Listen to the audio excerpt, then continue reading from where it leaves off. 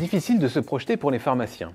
Difficile compte tenu du flou entourant l'avenir du modèle économique de l'officine. Pourtant, et c'est tout le paradoxe, les atouts des pharmaciens n'ont jamais autant été convoités selon l'étude de Precepta.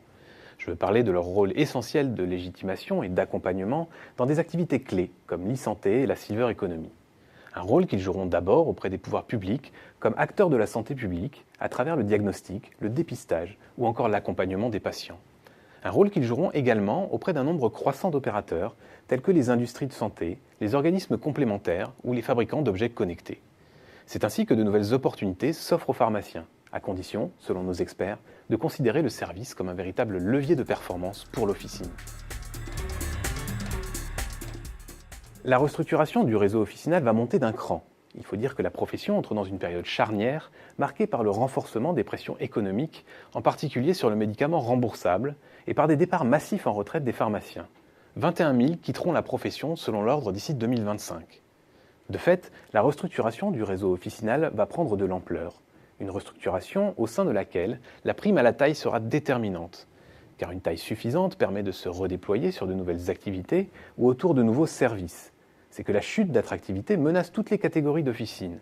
Confrontées à la dégradation de leur environnement économique et à l'intensification de la concurrence, les petites pharmacies de centre-ville n'ont les moyens ni de se diversifier ni d'endosser de nouvelles missions.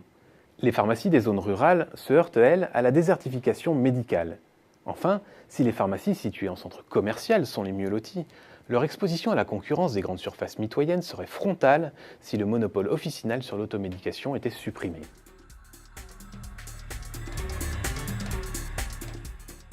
Refondre son modèle économique autour du service est une nécessité absolue de l'avis des experts de Precepta. Avec la diffusion massive des capteurs et des objets connectés dans le champ de la santé, l'e-santé devient le nouveau cadre d'une stratégie de service d'une pharmacie.